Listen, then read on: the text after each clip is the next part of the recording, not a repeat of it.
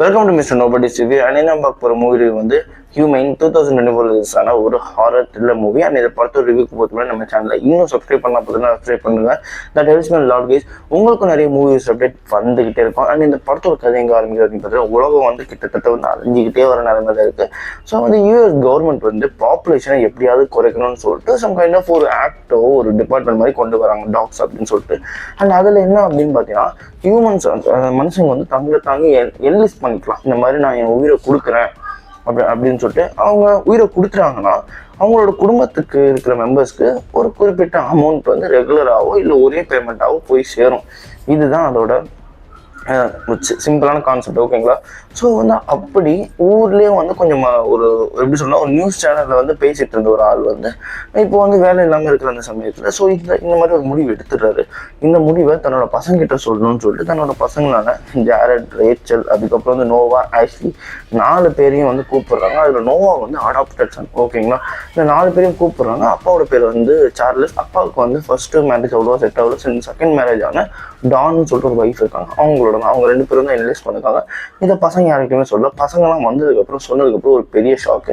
இதில் வந்து ரேச்சல் இருக்காங்க பார்த்தீங்கன்னா, ரேச்சலோட பொண்ணான மியாவும் அவங்க வந்திருப்பாங்க. அவங்க ஒரு சின்ன பொண்ணு 16 17 ஏஜ் அவ்வளோதான். ஓகேங்களா?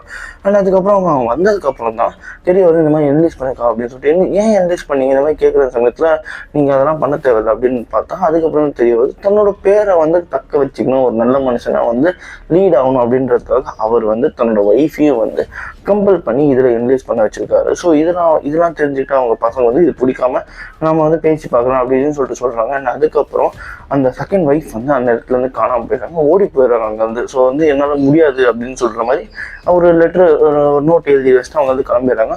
அப்போன்னு பார்த்து இவங்களை கொண்டு போகிறதுக்கு வர ஆஃபீஸர்ஸ்லாம் வந்துடுறாங்க. அதில் இன்சார்ஜ் வந்து பாபுன்னு சொல்லிட்டு ஒருத்தர் அவர் உள்ளே வராரு. உள்ளே வந்ததுக்கப்புறம் இப்படி பேசிகிட்டு இருக்கிற சமயத்தில் நாங்கள் வந்து வந்தது 2 பாடி கலெக்ட் பண்ணுறதுக்கு, நீங்கள் ஒருத்தர் தான் இருக்கீங்க, இன்னொருத்தவங்க எங்களுக்கு கண்டிப்பாக வேணும் அப்படின்னு சொல்லிட்டு ஒரு கேன்சலேஷன் ரூல்ஸ்லாம் வந்து இந்த மாதிரி இங்கே பெருசாக போகும் அப்படின்னு சொல்லிட்டு பேசிட்டு இருக்கிற சமயத்தில் சம் கைண்ட் ஆஃப் ஃபார்மை வந்து அவர்கிட்ட நீட்டுறாரு. அந்த டேட் இருக்கார்ல அவர்கிட்ட அவர் வந்து படித்து பார்த்துட்டு இதுக்கு நான் ஒத்துக்க முடியும் அப்படின்னு சொல்கிறாரு. அதுக்கப்புறம் வந்து என்ன ஆச்சுன்னு தெரியல. வராங்க, டேடுக்கு வந்து ப்ரொசீஜர் முடிச்சிடாரு. முடிச்சதுக்கப்புறம் இந்த குடும்பத்தில் யாராவது ஒருத்தவங்க வந்து தாங்களே வந்து சாக்ரிஃபைஸ் பண்ணாதான் நாங்கள் இங்கேருந்து கிளம்புவோம், இல்லைன்னா தேவையில்லாத கான்சிக்வன்சஸ் வரும் அப்படின்னு சொல்லிட்டு அவங்க கூட இருக்கிற அந்த ஆளுங்கெல்லாம் கண்ணு வச்சு மிரட்ட ஆரம்பிச்சிடறாங்க.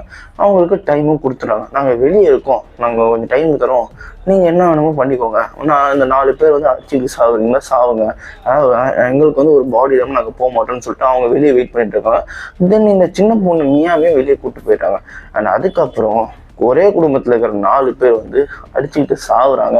கடைசியில் யாரும் ஒரே ஒரு பாடி வந்து 3 பேர் வீடு இருப்பாங்க, ஒருத்தன் வந்து ஒருத்தனோ ஒருத்தியோ யாராவது செத்துருப்பாங்க. ஓகேங்களா?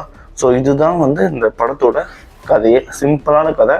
அது எந்த அளவுக்கு வந்து த்ரில்லிங்காக அடிச்சுக்கிட்டு சாகுற மாதிரி அந்த மாதிரி காமிக்கிற விஷயம் வந்து நல்லாவே காமிச்சிருப்பாங்க. ஓகேங்களா?